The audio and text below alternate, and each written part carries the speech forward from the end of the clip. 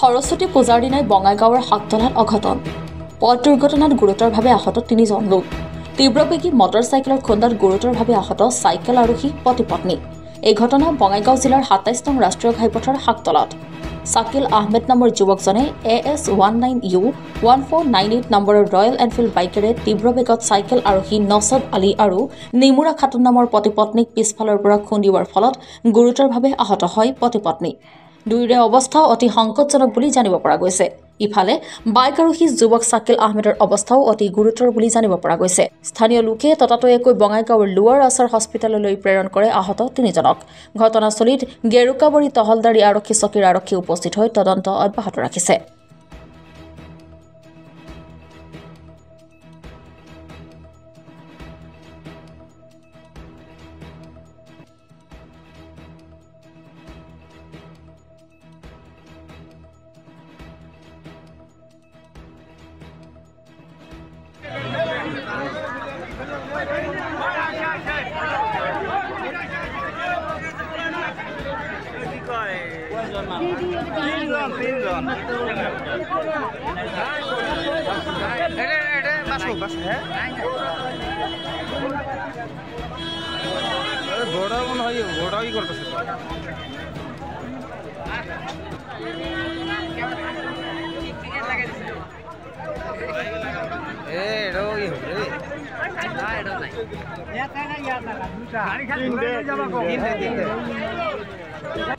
এইটো এক্সিডেণ্ট ৰাতিপুৱা 10:30 বজাত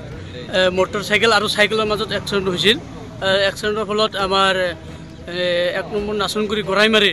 নচাত তাৰ আৰু 3টাও আছিলে আৰু মটৰচাইকেল যে বাইক চলাইছে তেওঁৰ ঘৰ 1 নম্বৰ ভাণ্ডাৰা বুলি আমি জানিব পাৰিছোঁ তো আমি এই 37 নং ৰাষ্ট্ৰীয় ঘাইপথত এনেকৈ মাজে মাজে এক্সিডেণ্ট হৈ আছে তো আমি আমাৰ লোকেল আৰক্ষী থানাত আমি এটা দাবী উত্থাপন কৰিছোঁ ৰাইজৰ ফালৰ পৰা যাতে আমাৰ এই যে টাৰ্নিং পইণ্টটো আছে তাত আমি যাতে পইণ্ট পুলিচ পাওঁ তাৰ কাৰণে আমি ৰাইজে দাবী উত্থাপন কৰিছোঁ নহ'লে আমাৰ এনেকুৱা দুৰ্ঘটনা হৈ আছে এনেকুৱা দুৰ্ঘটনা কৰি আমাৰ ৰাইজৰ বহুত ক্ষতি হৈ আছে যদি আইনৰ ফালৰ পৰা যদি এইখিনি অলপ নজৰ দিয়ে তেতিয়াহ'লে আমাৰ ৰাইজ এইখিনিতো সুৰক্ষিত হৈ থাকিব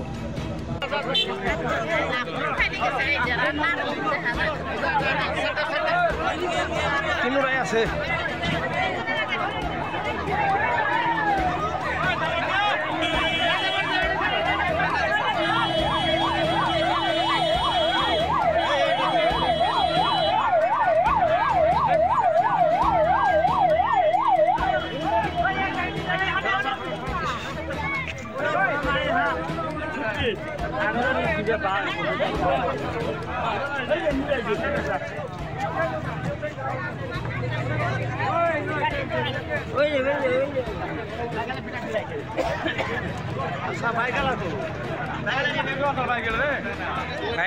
নেকি